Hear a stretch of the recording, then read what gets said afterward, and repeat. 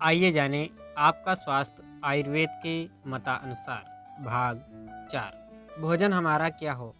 मित्रों, आहार के अनेकानेक पक्षों पर विगत अंक में चर्चा की जा चुकी है। आयुर्वेद के अनुसार शरीर में ग्रहण किया जाने वाला भोजन सप्त धातुओं का निर्माण करता है। रस, रक्त, मांस, मेद, अस्थि, मज्जा, शुक्र के रूप में क्रमशः धातुओं का पोषण करते हुए निर्माण करने में महत्वपूर्ण भूमिका होने के नाते आहार का महत्व आयुर्वेद में अत्यधिक माना गया है। पथ्य अपथ्य का विमर्श करते हुए भी आयुर्वेद के विद्वान रोग से बचने एवं हो जाने पर ठीक होने के लिए औषधियों के साथ साथ आहार पर सर्वाधिक जोर देते हैं। यो आहार, निद्रा, ब्रह्मचर्य रूपी त्रय, उपस्तंभ तथा वात कफ पित्त रूपी त्रिदोष की साम्यावस्था ही सप्त धातुओं के निर्माण की मूल कारक मानी गई है। फिर भी इन सभी में आहार को सबसे ऊपर माना गया है। जहाँ एलोपैथी में औषधि के साथ कुछ भी खाते रहने, कोई संयम नियम का पालन न करने की सलाह दी जाती है, वहाँ आयुर्वेद आहार को भी चिकित्सा का एक घटक मानते हुए यथाचित निर्देश विभिन्न विकारों के लिए देता है। आहार विधि। चरक सूत्र के अनुसार कुल 6 प्रमुख पथ्यापथ्य घटक हैं जिनका ध्यान रखा जाना चाहिए। चरक ने मात्रा, भोजन कितना लिया जाए, काल, किस समय लिया जाए, क्रिया, किस पद्धति से बनकर तैयार हुआ है, भूमि, किस देह स्थान पर पैदा हुआ है, देह संरचना कैसी है, दोष, आंतरिक संगठना में कोई त्रुटि को मुख्य घटक माना है। इन घटकों के प्रभाव से पथ्य ली जाने योग्य भोज्य पदार्थ भी अपथ्य वर्चिस सिद्ध हो सकता है। भोजन सिद्धांत प्राप्त करने के लिए चरक का निर्देश है कि कुछ पदार्थ जो स्वभाव से ही अपथ्य होते हैं, उनके अतिरिक्त अन्य औषधीय, अन्य शाकादि पदार्थ का उपयुक्त श्लोकानुसार कालादि, मात्रा आदि का विचार करके प्रयोग किया जाना चाहिए। आहार सेवन की विधि। चरक संहिता विमान स्थान में 8 प्रकार की आहार सेवन विधि संबंधी भावों का उल्लेख आता है। ये 8 भाव अष्टाविधि आहार विधि शेषा आयतन कहलाते हैं। शुभाशुभ फलदायक हैं तथा एक दूसरे के पूरक हैं। उनके नाम इस प्रकार हैं। नंबर 1 प्राकृतिक, नेचुरल क्वालिटी। नंबर 2 कारण संस्कार, तैयार करने की विधि। नंबर 3 संयोग, केविनेशन। नंबर 4 राशि, मात्रा, क्वालिटी। नंबर देश, स्थान विशेष की प्रस्तुतियाँ। नंबर 6 काल, आहार ग्रहण का समय। नंबर 7 उपयोग, संस्था, उपयोग करने की विधि। नंबर 8 उपयोक्ता, उपयोग करने वाला।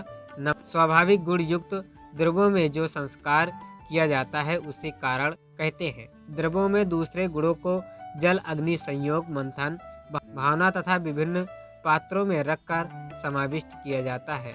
इस प्रकार यह आहार निर्माण सेवन का उपक्रम पूर्णतः विज्ञान सम्मत ही नहीं, अति सूक्ष्म एक प्रक्रिया भी है। आहार के प्रकार। आचार्य सुश्रुत ने एक श्लोक में आहार के विभिन्न प्रकारों का द्वैध शासन विचार के नाम से उल्लेख किया है।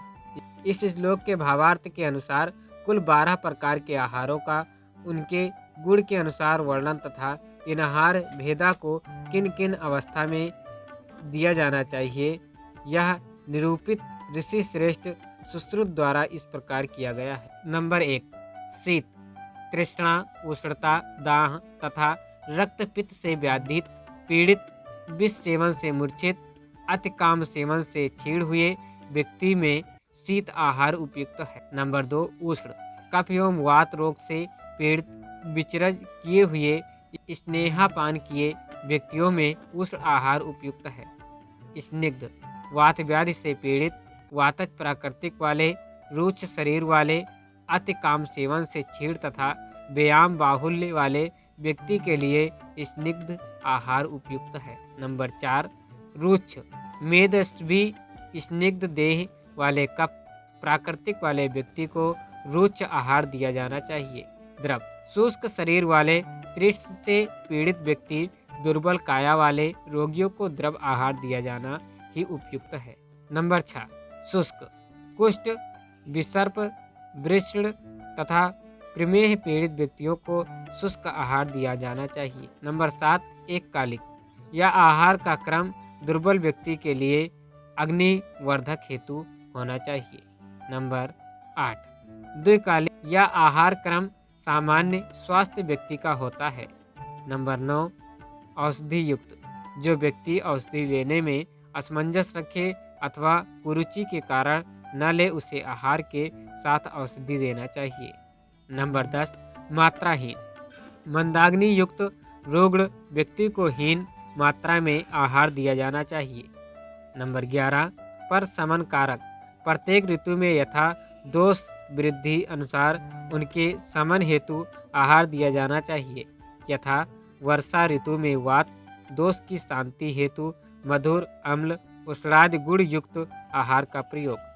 नंबर 12, वृत्ति प्रयोजक, जो स्वस्थ स्थिति में हैं, जिनकी धातुएं सम अवस्था में हैं, धातु साम्य हेतु आहार इस क्रम में दिया जाना चाहिए। अपत्य आहार, इसे वैरोधिक आहार भी कहते हैं।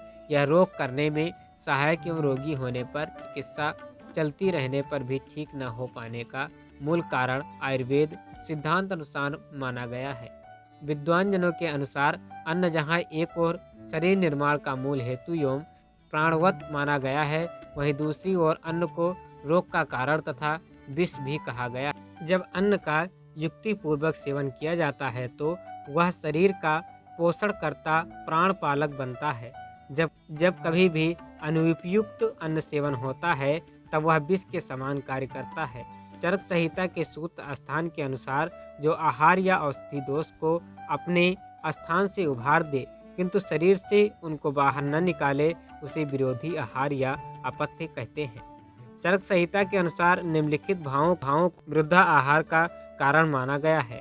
देश विरुद्ध, जंगली देश या मरुभूमि में रुक्ष और अनुप देश में स्निग्ध शीतल गुण युक्त औषधि का सेवन देश विरुद्ध कहा गया है। काल विरुद्ध, जाड़े के दिनों में शीतल ग्रीष्म में कटु उष्ण आहार का सेवन काल विरुद्ध होता है। अग्नि विरुद्ध, जठ अग्नि होते हुए उसके अनुसार आहार न मिले तो वह अग्नि विरुद्ध होता है। मात्रा विरुद्ध, मधु और घी समभाग मिलाकर खाने से इसे मात्रा विरुद्ध बतलाया गया है। सात्म्य विरुद्ध, जिस व्यक्ति को कटु रस और उष्ण वीर्य आहार प्राकृतिक के अनुकूल हो गया है, ऐसे व्यक्ति के लिए मधुर रस व शीत वीर्य आहार सात्म्य विरुद्ध कहलाता है। दोष विरुद्ध, वात पित्त कफ इन दोषों के समान गुण वाले और अभ्यास विरुद्ध आहार औषधि और कर्म का सर्वत्र अभ्यास वातादि दोष के विरुद्ध कहा जाता है। संस्कार विरुद्ध, ताम्र आदि के पात्रों में दुग्ध पकाना विस्तुल्य माना गया है। भोजन भी ऐसे पात्रों में पकाने से वह परिणाम भी विष की भांति हो जाता है। वीर्य विरुद्ध, शीत वीर्य द्रव के साथ उष्ण वीर्य द्रव को लेना वीर्य विरुद्ध है। कोष्ठ विरुद्ध, मृदु कोष्ठ वाले को तीव्र रेचक औषधि देना इस प्रकार के अपथ्य में आता है। स्वास्थ्य विरुद्ध, अधिक विश्राम करने वाले व्यक्ति को कफ कारक आहार यदि दिया जाता है तो वह इस वर्ग में आता है। क्रम विरुद्ध, व्यक्ति यदि बिना मल मूत्र त्याग किए या बिना भूख लगे ही भोजन करे तो इसे क्रम विरुद्ध कहते हैं।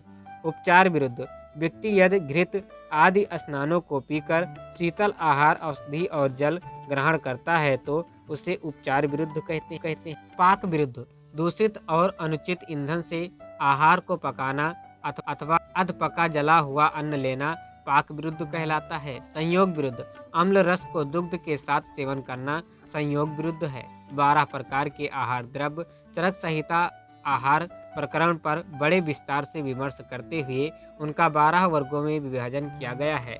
इनके माध्यम से ही तत्कालिक द्रव्यों के स्वरूप का वर्णन निम्नलिखित श्लोक द्वारा किया गया है। आधुनिक समय में उपलब्ध आहार द्रव्यों का भी विवेकानुसार इन वर्गों में समावेश किया जा सकता है। शुष्क धान्य वर्ग मक्का बाजरा आदि, जमी धान्य वर्ग सभी प्रकार की दालें, साली वर्ग सभी प्रकार के शाक पदार्थ, फलादि समस्त फल, हरित वर्ग हरे क्लोरोफिल युक्त पदार्थ, अम्ल युक्त जलीय पदार्थ, गोरस वर्ग दुग्ध पदार्थ, इच्छू वर्ग गन्ना व उससे बनने वाले पदार्थ, कर्तान वर्ग पके हुए आंच पर पकाए पदार्थ, आहार यौगिक वर्ग सभी प्रकार के पौष्टिक यौगिक, इसमें मांस व मध्य वर्ग को आध्यात्मिक दृष्टि से ताज्य माना गया है। भोजन आहार के इन वर्गों के बारे में विस्तार से अगले वीडियो में पाठक सुन सकेंगे, ताकि वे चयन कर सके कि कब उन्हें क्या भोज्य पदार्थ लेना है।